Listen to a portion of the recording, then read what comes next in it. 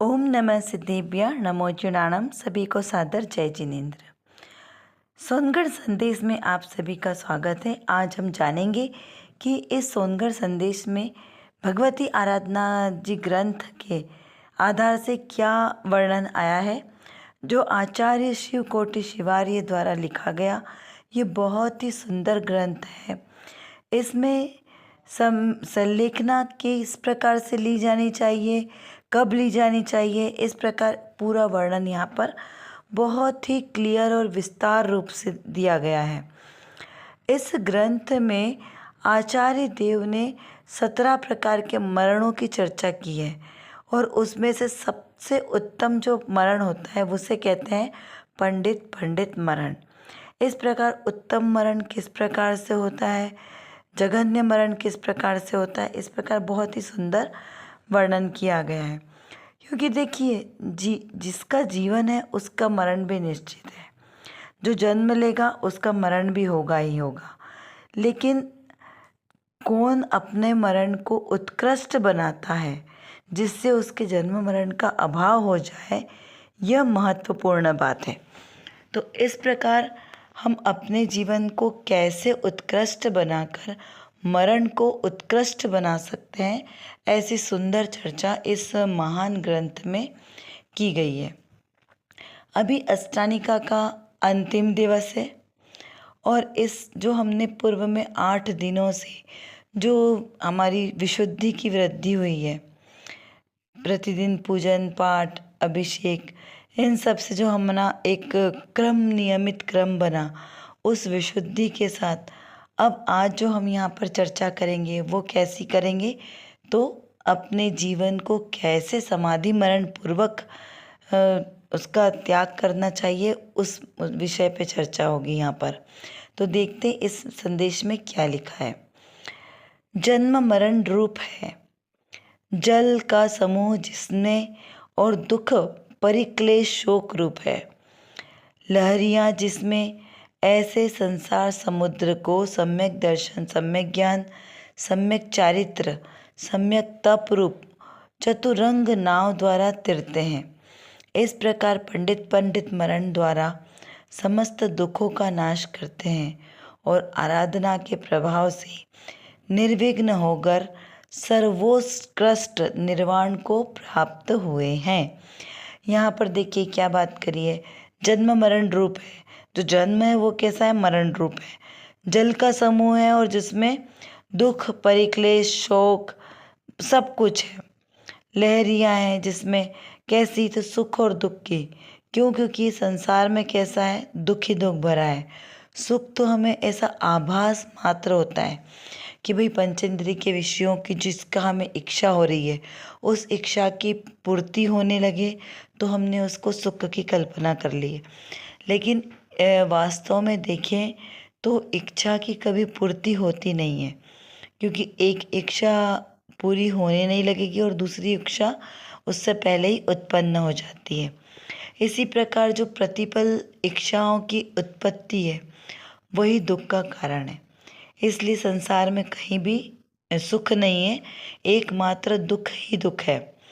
और ऐसे संसार समुद्र को सम्यक दर्शन, सम्यक ज्ञान, सम्यक चारित्र और सम्यक तप, ऐसे चतुरंगी नाव की उपमा दी गई है। उसके द्वारा ही इसे पार किया जा सकता है। किसे? इस संसार को। तो जो हम सम्यक दर्शन, सम्यक ज्ञान, सम्यक चारित्र और तप, इस प्रकार हम जब अपने जीवन में धारण करेंगे, और उस प्रकार जो पंडित मरण है वो और कैसा है, वो समस्त दुखों को नाश करने वाला है, क्योंकि सुख की प्राप्ति करने वाला है। यहाँ इस ग्रंथ में इस प्रकार भी आया है कि जो सच्ची समाधि, सम्यक समाधि को अंगीकार करते हैं, वे जीव निश्चित से ही अधिक से अधिक 7 भावों में मोक्ष की प्राप्ति अवश्य कर लेते हैं। कितना कहा मैंने? 7 भाव, अधिक से अधिक 7 भाव। तो इस प्रकार जो सम्यक दर्शन की यहाँ पर महत्व बताया है कि सम्यक दर्शन ज्ञान चारित्र के द्वारा, और क्या कहा, सम्यक तप, इन चारों के आधार से ही जीव अपना मोक्ष मार्ग प्रशस्त करता है। देखिए, जब मरण समाधि मरण पूर्वक अगर मरण होगा तो ही वो मरण सार्थक होगा, वरना ऐसे तो जन्म मरण अनादिकाल से निगोदिया जीव भी करते आ रहे हैं, तो उसकी कोई गिनती नहीं है। तो इस प्रकार हम अपना मरण समाधि मरण पूर्वक करें, ऐसी पवित्र भावना रखें।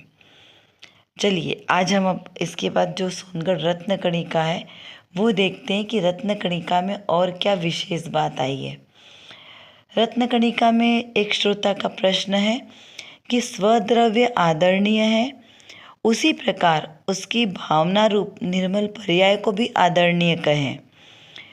तो पूज्य गुरु देवशी का समाधान आता है, देखते हैं। हाँ, राग है उसकी अपेक्षा से निर्मल पर्याय को आदरणीय कहा है। द्रव्य की अपेक्षा से पर्याय व्यवहार है, अतः आश्रय योग्य नहीं होने से उसे हेय कहा जाता है। क्षणिक पर्याय को द्रव्य की अपेक्षा हेय कहा, परंतु राग की अपेक्षा से छायिक भाव को आदरणीय कहा है। देखिए, यहाँ से अपेक्षा कथन यानी यहाँ पे नए की बात आ गई है कि किस नए से कौन सी बात को समझना है, क्योंकि हमारे यहाँ दो प्रकार के नए हैं ना, व्यवहार नए और निश्चय नए। तो व्यवहार नए उपचार से कथन करेगा और निश्चय नए यथार्थ वस्तु का स्वरूप बताता है। तो यहाँ पर बताया है कि राग है। राग तो कैसा है? सर्वथा है, क्योंकि राग रहेगा तो अकेला राग तो आएगा नहीं, उसके साथ द्वेष भी होगा और मोह भी होगा। और ये दोनों क्या है? तीनों राग द्वेष मोह की सेना बहुत ही लंबी है, दुर्गति का कारण है। तो इसकी अपेक्षा से मोह राग द्वेष आदि जो ये भाव कर्म कहे ना, इनकी अपेक्षा से जो निर्मल पर्याय है, कौन सी? केवल ज्ञान की भी निर्मल पर्याय, शुद्धि की निर्मल पर्याय, इन सबको क्या कहा? आदरणीय कहा। किसकी अपेक्षा से?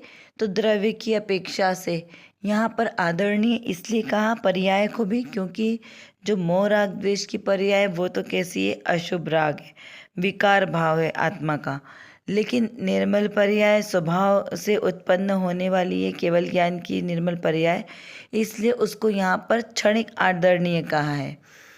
द्रव्य की अपेक्षा से पर्याय व्यवहार है, क्योंकि द्रव्य तो कैसा है? त्रिकाली ध्रुव है, टंकोत्कीर्ण है, तो उसकी अपेक्षा से जो पर्याय है वो कैसी है? व्यवहार है, अतः आश्रय योग्य नहीं है। क्योंकि एक समय की पर्याय है ना, तो उस एक समय की पर्याय को तो आश्रय करने योग्य नहीं है।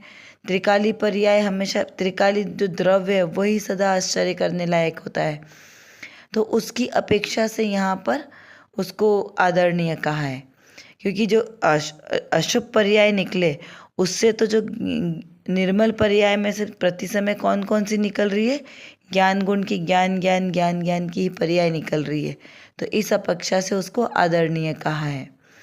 यहाँ पर व्यवहार नय और निश्चय नय की कथन है, इसकी अपेक्षा से क्या आदरणीय, क्या उपादेय है, ऐसी बात यहाँ पर आई है। फिर कहा क्षणिक पर्याय को तो द्रव्य की अपेक्षा से है कहा है, क्योंकि क्षणिक, अब जब द्रव्य की बात चलेगी ना, तो जो क्षणिक पर्याय है वो भी कैसी हो जाएगी? है हो जाएगी। क्योंकि जब त्रिकाली द्रव्य हमारे पास है तो फिर पर्याय की गिनती कौन करेगा? प्रति समय अलग अलग अलग अलग अलग। यहाँ तो सिर्फ एक कुटस्थ द्रव्य हमारे हाथ में है, तो इसलिए द्रव्य की अपेक्षा से ये सारी पर्याय कैसी है हो जाती है। और द्रव्य जो है वो हमारे लिए आदरणीय कहा गया है, उसी को छायिक भाव कहा है। तप्तस्य तपस्यापि पालितस्य व्रतश्च च पठितस्य श्रुतस्यापि फलं मृत्यु समाधिना। अर्थात बहुत काल से किए गए उग्र तपों का, पाले गए व्रतों का, अध्ययन किए हुए शास्त्र अभ्यास का एकमात्र फल समाधि मरण पूर्वक मरण करना ही है। इस प्रकार से उत्तम समाधि को धारण करके हम भी अपना मोक्ष मार्ग प्रशस्त करें और शाश्वत सुख को प्राप्त करें। इसका और अधिक विवेचन करें, चिंतन मनन करें। जितने अगर आपको प्रश्न उठते हैं तो उनका समाधान खोजने का प्रयास करें, सबसे पूछें और अपने परिणामों को विशुद्ध करके ऐसे उत्तम सुख को प्राप्त करें, ऐसी मंगल भावना है। तो चलिए इस प्रकार हम आज के इस मैसेज को यहीं समाप्त करते हैं। अगले मैसेज को हम अगले वीडियो में लेंगे। तब तक के लिए आप सभी को सादर जय जिनेंद्र।